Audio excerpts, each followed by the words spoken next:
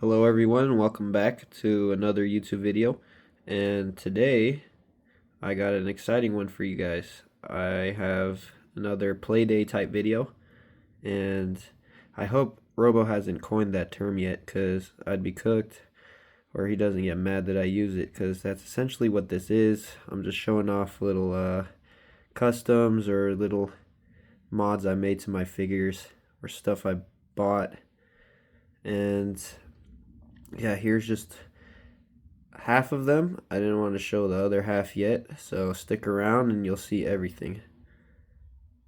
Okay, so don't pay too much attention to where I have this set up right now. It's just temporary.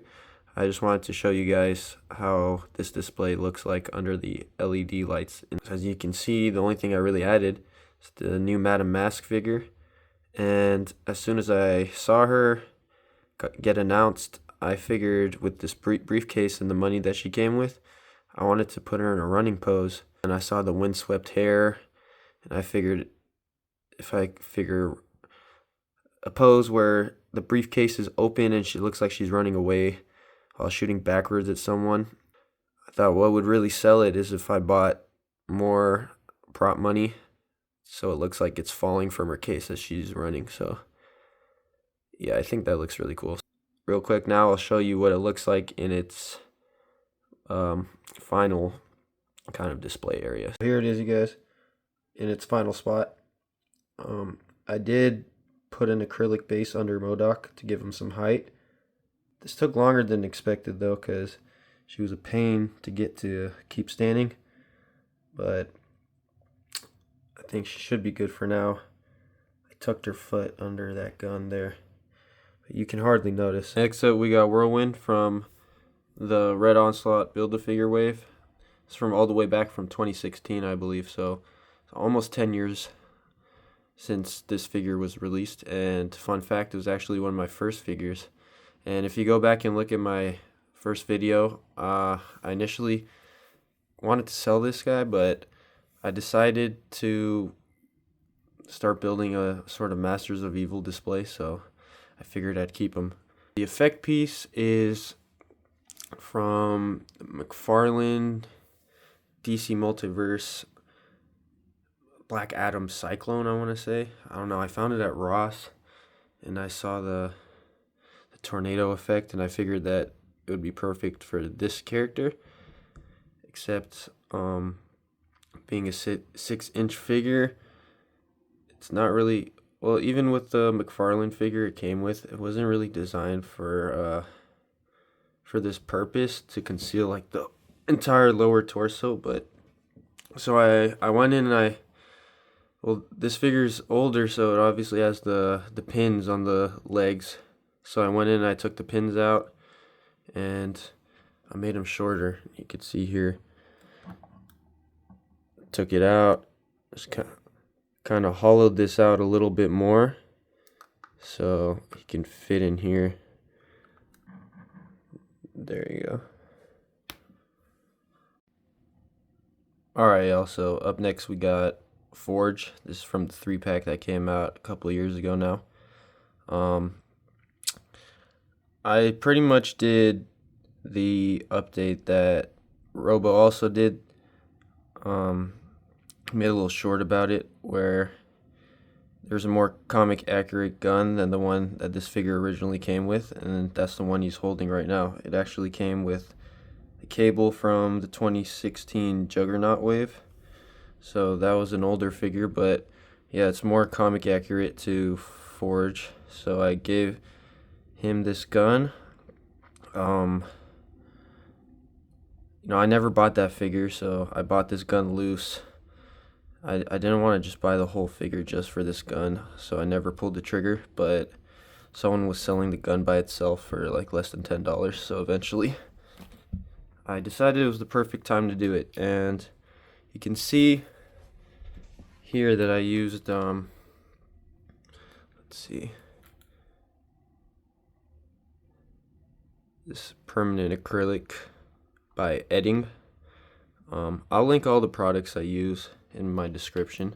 A few more things I did to this figure. I gave the gun a bit of a dry brush with this silver paint. Folk Art Metallic. For his thigh, I went in with a metallic Gundam marker and went over it to make it a little more shiny. So I used this one here. Also, sorry guys for the zooming or the focusing issues. It's the first time I'm filming with a tripod, so I could have both hands free. So it's trial and error a bit, and I don't know what's going on here with my turntable. Why it keeps dying every 10 seconds, but bear with me guys. So yeah, I went in and I painted his thigh more metallic. I'm not sure it really changed too much, but looks good to me. And then yeah, with the pink acrylic marker I went in and I filled it out. These are two different shades because initially I got a different marker and it was too thick, so I had to get another one. Eventually I'll make it so that they match, but for now, yeah, this is gonna be my comic forge for my shelf. Pretty happy with this guy. And while we're still on the subject of the Gundam markers, I went in with the gold one and painted some weapons. Just to make them look less cheap and look like plastic toys. And here you go, is just an example of what it looks like in Mystique's hand, for example. I think something so simple like this can make a big difference. Real quick before moving on, these are the markers that I used. It comes in different colors: blue, green, red, the silver, gold, and then just a regular black with a slightly finer tip. So yeah, I'll link everything in the description.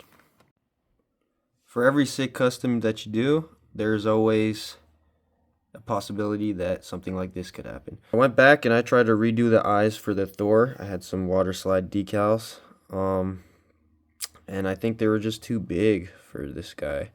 Doesn't look terrible here, but if you look closer, especially this left-sided eye, came out looking really wonky. And obviously, since he had paint under already, it bled a bit, the blue from his pupils, so you could see there. So overall, I was like, man, I really ruined this figure. And from far, you can't really tell that much. But me being a perfectionist, up close, it was bothering me.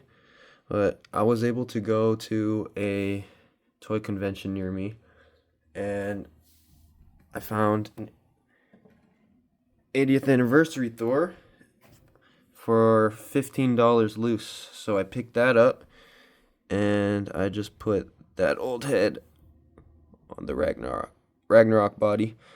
It was a bit scuffed up. There is some like damage to the paint here, but it's the back of the figure and I can fix that eventually. So all was not lost. Still, I'm gonna have a decent Thor.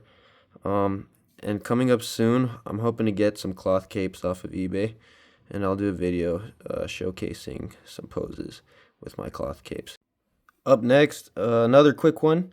This one's kind of more of a bonus one. Doesn't really count as anything, but I was going through the Crossbones and Madame Mask 2-pack and going through some of the accessories, and of course it came with this little explosion accessory, and kind of as a joke I put it on someone's head, but I just wanted to share with you guys that on certain angles you could use this for toy photography.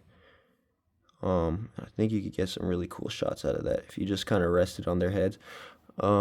Ultron, he has these two winged, ear sections, so it makes it difficult for, it doesn't really fit in there as much. He wears it like a hat, you see. But other figures, let's say Wong, for example, let me just grab him. His head is much smaller, obviously. So it completely covers it here. But yeah, just an option for you guys who like toy photography. You could have like Cyclops shooting a Sentinel or something, put this over their head. So that's just an option. Alright, this one I'm really excited to show you guys. because I get to show off the GOAT Mafex Daredevil. This display piece, I guess, I got online from Torgmir's Treasures. He has an Instagram. I'll link it in the description. I was really happy with what I got. It's a 3D print, I'm pretty sure. And I was always looking for something for Daredevil to kind of climb on or crouch on, you know. So having found this on my Instagram Discover page one day, I just went in and I bought it right away, and I'm not disappointed at all. So yeah, Torgmir's Treasures, guys, check him out on Instagram. Go put in your own order. You will not be disappointed. It came in 2 pieces. You can see there's a break right here. So you could actually fill the inside with sand or rice or whatever to make it heavier. So it becomes pretty sturdy that way. The original color of it, though, is a bit lighter. So I did go in with a black wash to give it a more of a dirty look. The original color is more like this right here. You can see them next to each other. Direct comparison. This right here is I also bought is a wall stand. Really well crafted. But I didn't read the title well enough of the post. So don't be like me, guys. I thought it came with the gargoyle head, but I didn't realize that actually comes with the Mafex figure. So I might cop a little CT Toys Batman for that purpose alone. But yeah, guys, I'm super happy with this. Enjoy putting Daredevil in different poses with this prop, and overall I think it spruces up anyone's display. So yeah, check it out, guys.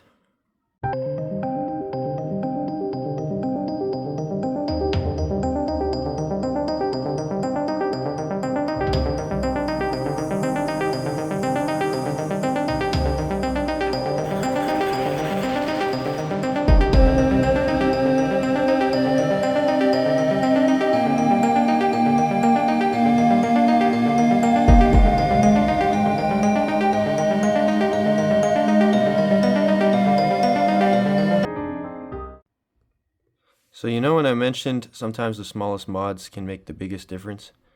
I think that this is the perfect example for that, because this Dormammu figure, for a long time people have been complaining about its comic accuracy.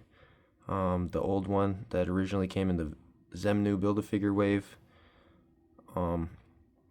had red hair, not like a yellowish orange like the comics. The faceplate was correct though, and this new one, new head that they put out with the Wong and Doctor Strange 2-pack was almost opposite. The hair color was correct, but the faceplate was an orange color that wasn't accurate. So, I mean, you guys see where this is going? I decided to swap the faceplates. I thought it would be as simple, like heat it up, pry it loose, it'll pop right off. Now I don't know what type of industrial glue they used on this figure, but yeah. Oh, actually, to be fair, the original one, which you know, is an older figure at this point. I've had it for a few years now, so the glue is older itself. That one popped up off kind of nicely, so that's why you could see it stayed intact. The other orange one was definitely not as lucky. That one got completely destroyed, and sometimes that's the risk that you run when you do things like that. I was fine with that being the case, but the result was I got my preferred Dormammu, and I just really liked how this came out. And I kind of damaged the faceplate a bit when I was putting it back in, so I went over it again with a layer of gloss. And there you go. Really happy with this guy. And I did get that new Gargantuos figure, so I'm going to be working towards building a Doctor Strange, like Strange Tales type display.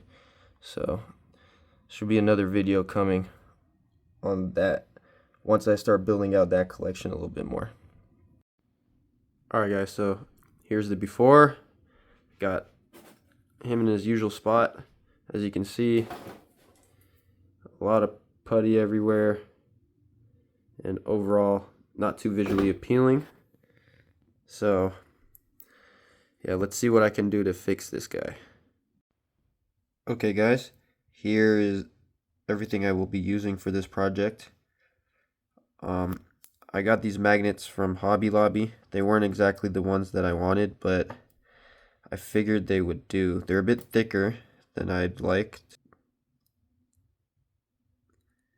but should still be fine. I'll make it work. And of course, before you do any sort of drilling, especially with plastic, you want to wear the correct protection, the N95 mask and some glasses to protect your eyes. So I'm gonna get started and let's see what I could do. And here's the end result for Lizard. Using the same spot that I had before, much less putty, as you can see.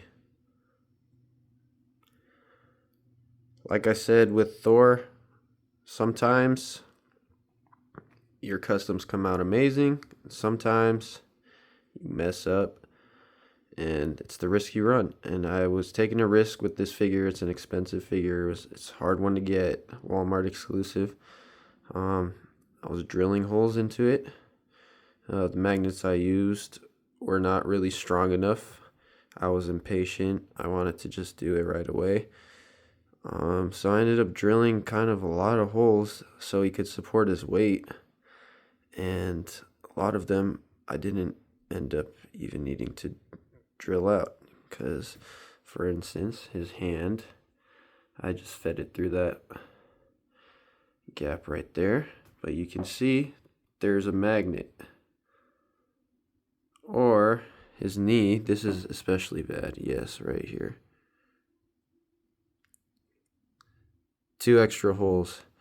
I thought initially it would connect up there kind of like it did before, but he sits fine like this, mainly with this magnet in here, and still I think I drilled 3 different holes in his foot alone.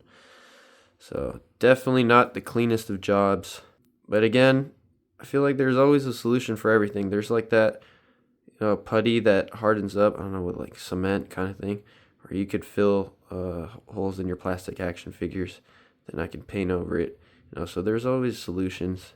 And I was never really looking to sell this guy anyways. So overall, I wouldn't count it as a complete loss.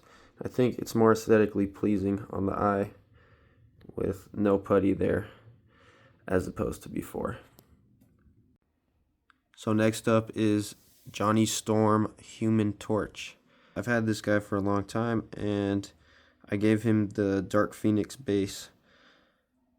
And I really like how this came out. You can see his leg, it looks a bit wonky to get him in there. It's a bit difficult, and yeah, it probably is going to be warped. To be fair, old reliable hot water trick, get it cold again, reshape it. It's never failed me, so I'm not too worried about that. But in general, this base itself, really nice, and I felt like it would match Human Torch much better, because we don't really have anything to represent his powers too well. Like, let's be real, Marvel Legends has neglected him. They could do a deluxe treatment for him and give a stand like they did for Phoenix, but for now this will do. And maybe then in that case you'll be wondering what I did with my Dark Phoenix then. And here I'll show you. Kind of just put, that's from Ghost Rider figure that came out last year, so obviously not as good looking, but to me that looks pretty good. And I used the old Dark Phoenix. I didn't even put the new head sculpt on it. Wasn't really a fan of that figure. So last but certainly not least, I have Sauron right here. And dude, I'm so hyped about this pose that I got him in, flying over the rest of my X-Men villains. The hypnotized eyes, the effect piece. Dude, this figure really grew on me. When it was first announced, being an exclusive and everything, I figured that I didn't need it. I was going to pass on it. I actually wanted the old Build-A-Figure for the longest time. And even after they announced this, I still wanted. I preferred the Build-A-Figure. But eventually I watched so many reviews and stuff. And I got swayed to... Well, actually, I was on eBay and I saw a good deal. It was like $40 plus shipping. I figured that's cheaper than what the Build-A-Figure usually goes for anyways. Said, let's do it, man. I need a Sauron in my collection. And boy, am I hyped that I did. I didn't really take exact measurements. Kind of guesstimated everything. And it couldn't have come out better in my opinion. I had to hammer those in because this is more of like plywood. It's more solid. So a lot of figures had to be moved. And I have hung figures before, usually from my ceiling, as you've seen in my Spider-Man display, for example, like there. I know it's dark, but yeah, but I used to use thread, which is not very strong at all. So I've been watching The Dopest Geek on YouTube for a while now. And shout out Dopest Geek. I like his videos a lot. His cinematography is really nice. His aesthetics to his videos. Anyways, he put out some videos about how he hangs his figures with fishing line. And I figured, man, I have some fishing line. I go fishing, so why not give that a try? And yeah, it's a lot more secure. So I'm overall very happy with that. And I'll be using fishing line going forward. And yes, as I zoom out here, I just really feel like for the most part my X-Villains is complete. The Dark Phoenix in here now too. Got a little bit of room here for a few more. Emma Frost. I'm still not convinced on that 97. As you can tell, I don't have any 97 figures. So yeah, we'll see. Anyways, that's the end of the video here, guys. Thanks for watching another one of my videos. All your views are very appreciated, and I know I can't really put out too many videos right now.